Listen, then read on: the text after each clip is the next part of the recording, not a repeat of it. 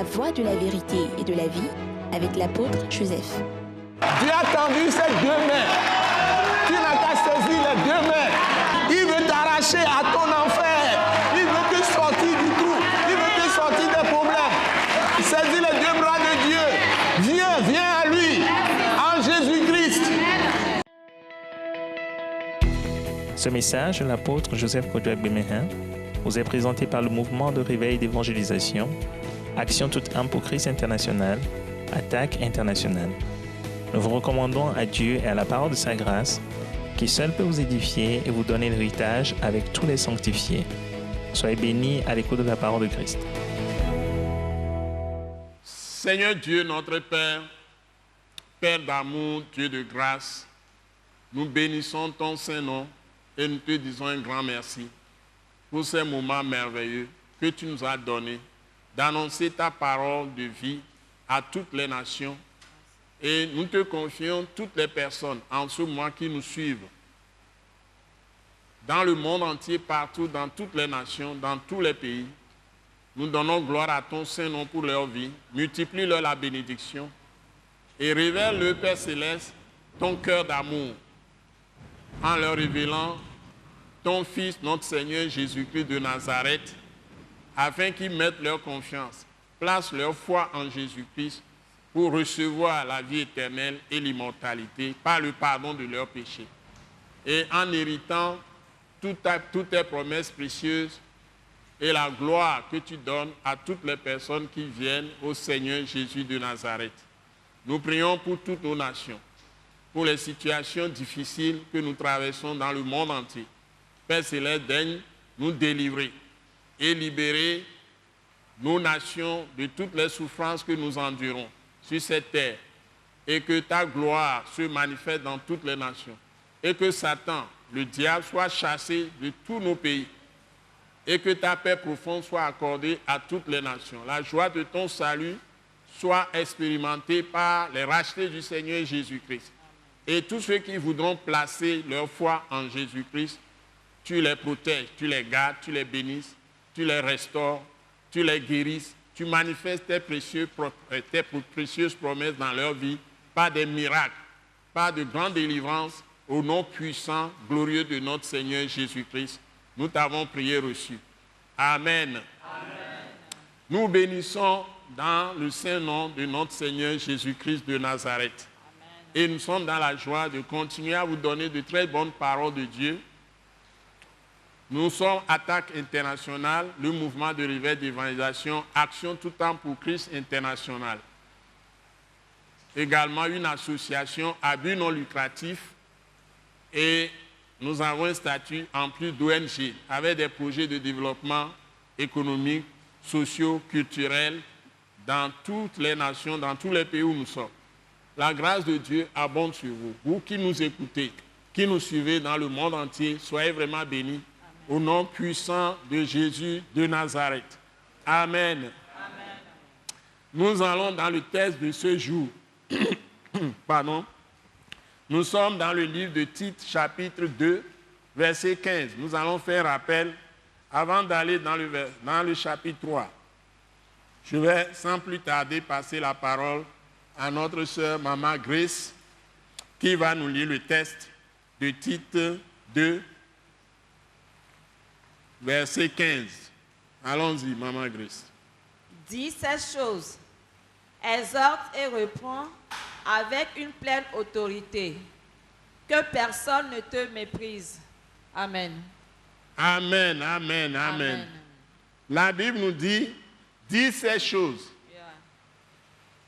Yeah. Et après, il dit quoi? Exhorte. Exhorte. Donc d'abord, il faut parler pour Dieu.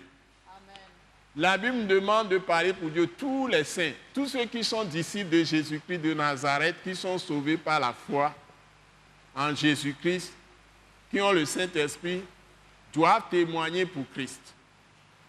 Parce que Timothée est très jeune, tout comme Tite, dont nous parlons ici.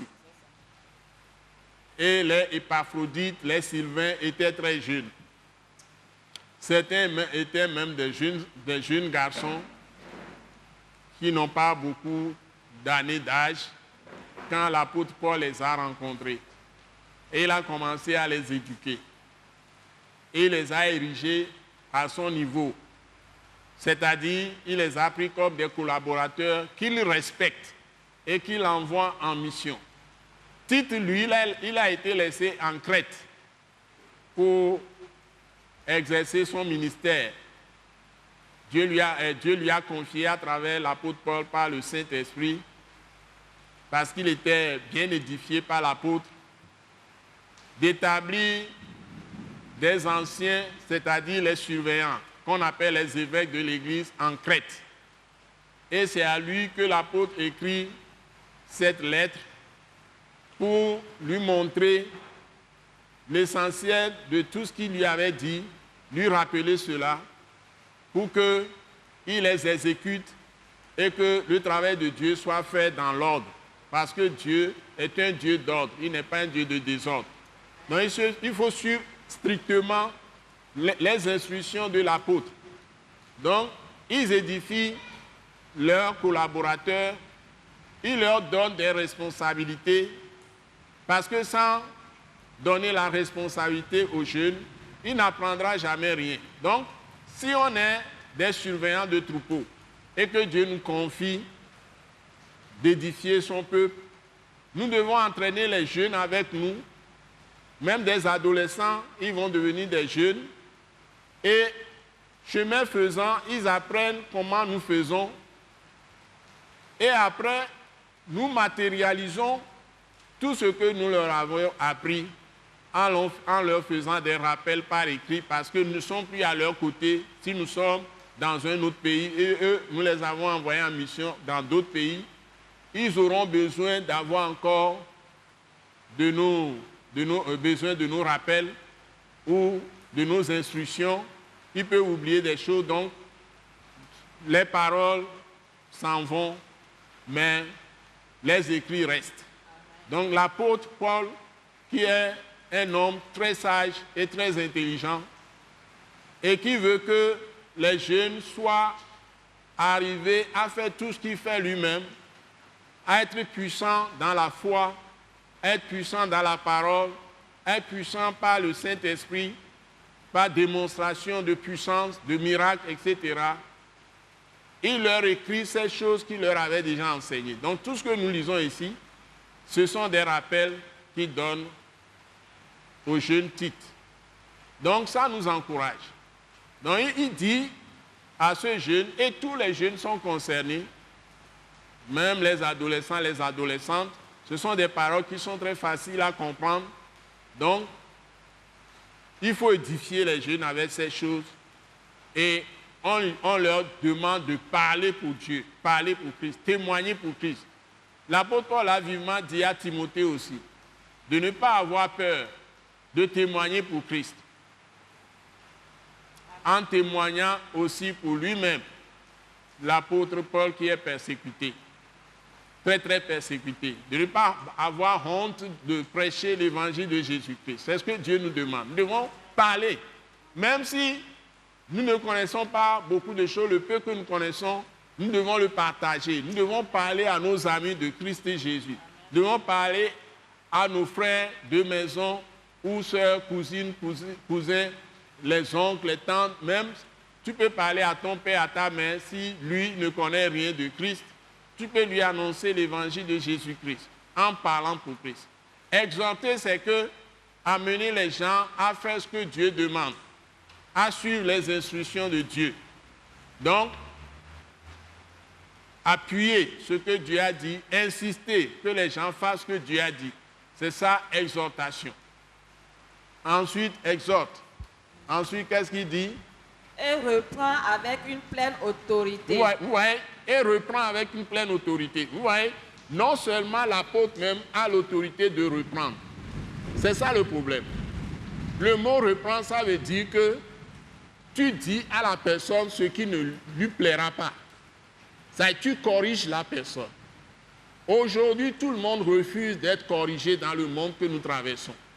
C'est ça le problème. C'est-à-dire, dans beaucoup de pays aujourd'hui, que ce soit aux États-Unis d'Amérique, que ce soit en Europe, en Amérique latine, en Asie, que ce soit en Afrique, partout sur la terre aujourd'hui, les gens ne veulent plus du tout être corrigés. Les gens ne veulent pas qu'on leur impose quoi que ce soit à leur volonté.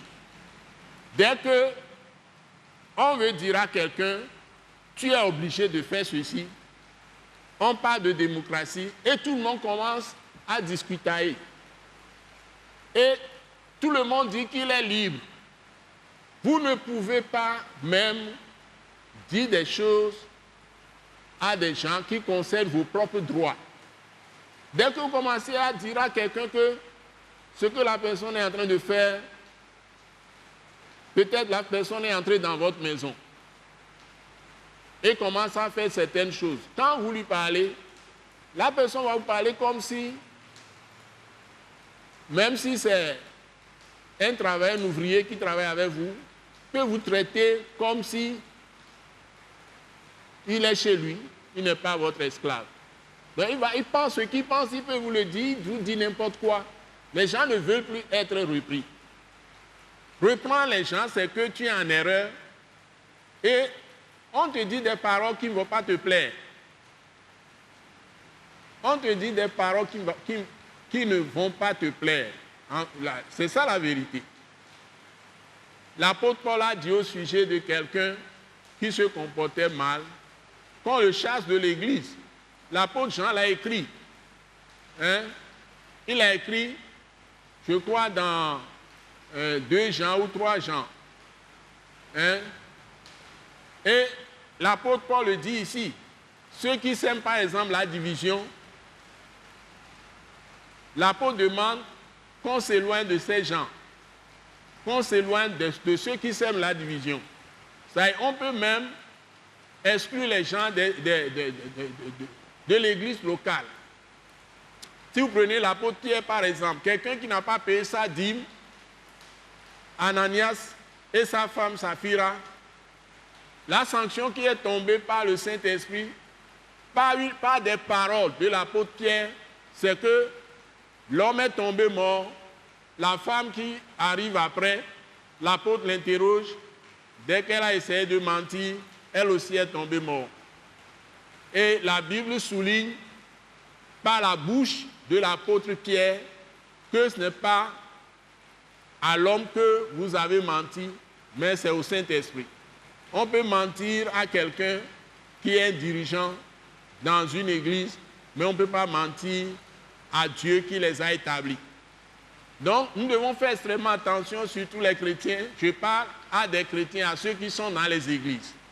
Vous devez vous soumettre à vos autorités. S'ils font des actions que vous ne comprenez pas, c'est inadmissible qu'on entende ça dans les médias maintenant. C'est tout ce qui se passe. Tout le monde se lève, on va à la radio, l'autorité dont tu dépends, tu vas poser publiquement en dénigrant cette autorité. Ce n'est pas conforme à la parole de Dieu. Exhorte, dis ces choses. Il faut dire les choses de Dieu. Exhorte, mais reprends aussi en toute autorité. C'est pas ça? Oui, avec pleine autorité. Avec pleine autorité, pas autorité à moitié.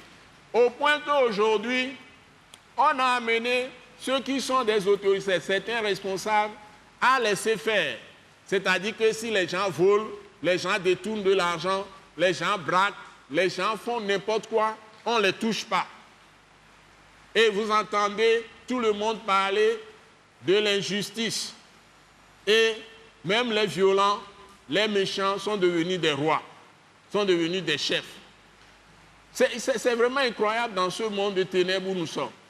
Donc, la Bible n'est pas comme ça. Et ce qui me fait mal, c'est que ceux qui se disent, vous les voyez dans des églises qui sont bondées, des milliers de gens, de grandes voitures, de grandes voitures de luxe, tout ça. Mais c'est l'injustice qu'ils pratiquent dans leur lieu de travail, dans leur position élevée, dans les nations. Et les choses ne changent pas.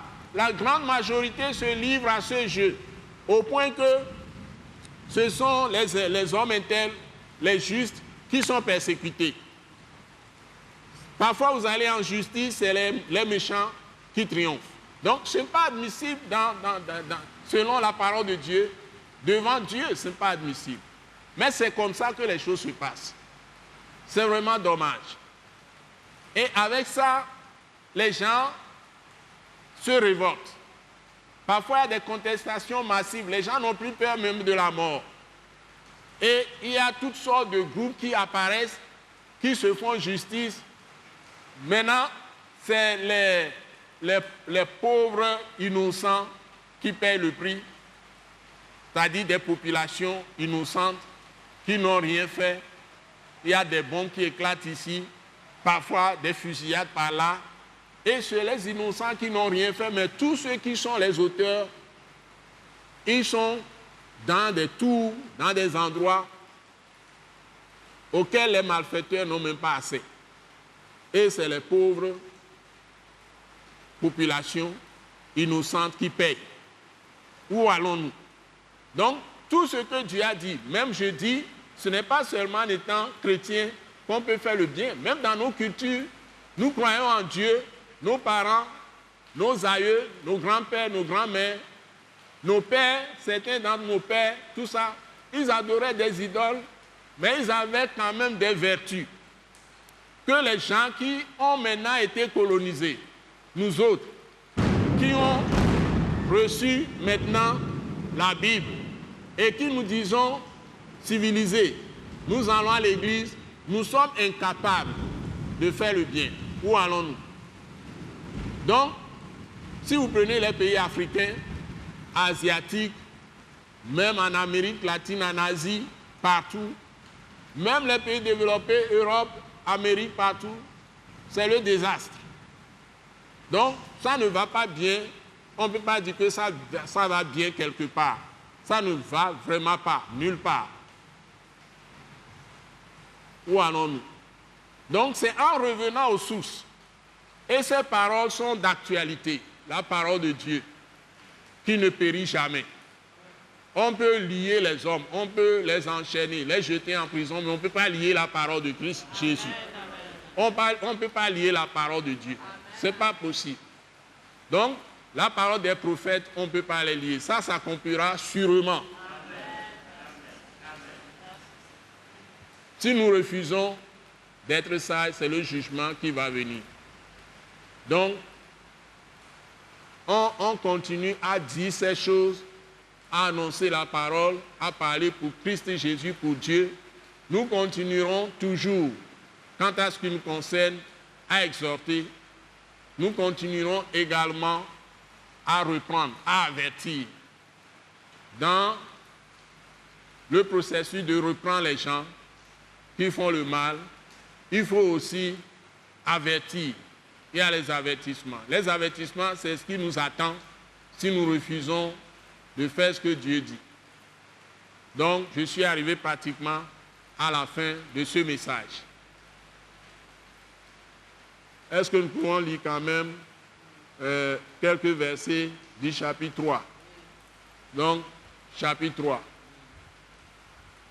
J'espère que j'ai encore quelques minutes. Rappelle-leur d'être soumis aux magistrats et aux autorités, d'obéir, d'être prêts à toute bonne œuvre, de ne médire de personne, d'être pacifique, modéré, plein de douceur envers tous les hommes. Ok, c'est bon. Combien de versets? 1 et 2. Vous voyez, ce que je cherchais, c'est ça. Parce que j'ai beaucoup parlé de non-respect de l'autorité. Et Tite chapitre 3, verset 1 et 2 nous dit, Maman Grace, tu nous rappelles ça. Et je vais m'arrêter là-dessus. Tite chapitre 3, verset 1 et 2. Rappelle-leur d'être soumis aux magistrats et aux autorités. L'apôtre Paul l'a déjà enseigné plusieurs fois. Si vous allez dans Romains 12, verset 13, dans plusieurs passages de la Bible, vous trouvez ça, partout, même dans l'Ancien Testament. Dieu revient toujours à la charge. Il dit que les rois sont ses serviteurs. Les présidents de république sont ses serviteurs. Les magistrats sont ses serviteurs.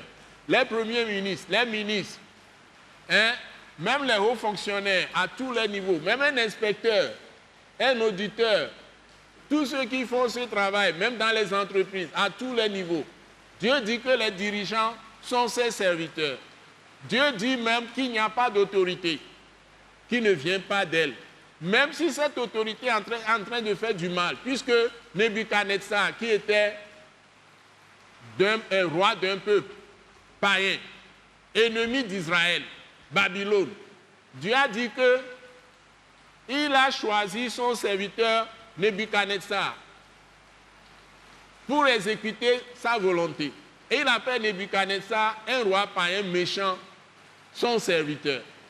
Parce que son peuple lui a désobéi, il utilise le roi païen comme sa verge pour frapper Israël. Et c'est pourquoi il appelle Nebuchadnezzar son serviteur. Lorsque le peuple de Dieu n'obéit pas à la parole de Dieu et fait ce qu'il veut, souvent Dieu peut susciter des rois de lui-même, ou président, ou n'importe qui, même au niveau des entreprises, pour sanctionner les gens qui ne veulent pas lui obéir. Donc, chaque peuple, souvent, Dieu lui donne le roi qu'il faut, ou le président qu'il faut, ou le chef qu'il faut. Les magistrats, Dieu dit, sont ses serviteurs. Donc, nous ne pouvons pas mépriser les hommes. Et Dieu dit dans Tite, c'est pas dans Tite, mais c'est dans 1 Timothée, chapitre 2, de prier pour les rois, pour ceux qui sont élevés en dignité, pour tous les hommes, parce qu'il veut que tous les hommes soient sauvés. Donc, nous ne pouvons pas ne pas respecter ceux qui ont l'autorité dans les pays, dans les nations. On n'a pas le droit de les insulter, on n'a pas le droit de les dénigrer, on n'a pas le droit de les calomnier, de dire tout ce qu'on veut. On n'a pas le droit de désobéir aux lois établies auxquelles nous devons nous soumettre pour que les malfaiteurs soient arrêtés et sanctionnés. Donc, leur responsabilité, c'est faire ce que Dieu leur a demandé, de faire respecter la loi et la justice dans le pays. Maintenant, s'ils désobéissent, c'est Dieu qui va les sanctionner. Et Dieu sait comment il le fait.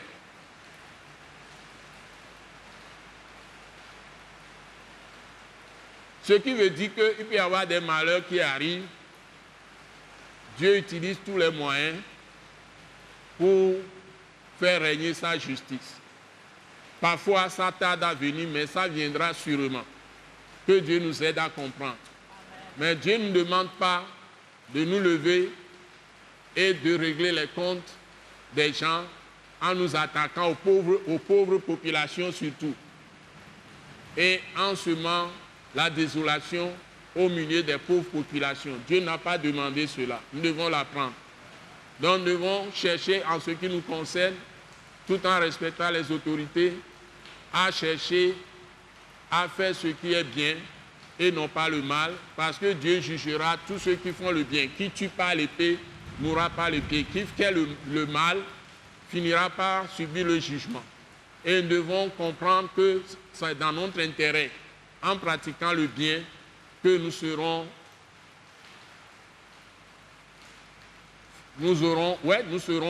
en faveur de Dieu. Nous aurons la faveur de Dieu. Dieu sera favorable pour nous.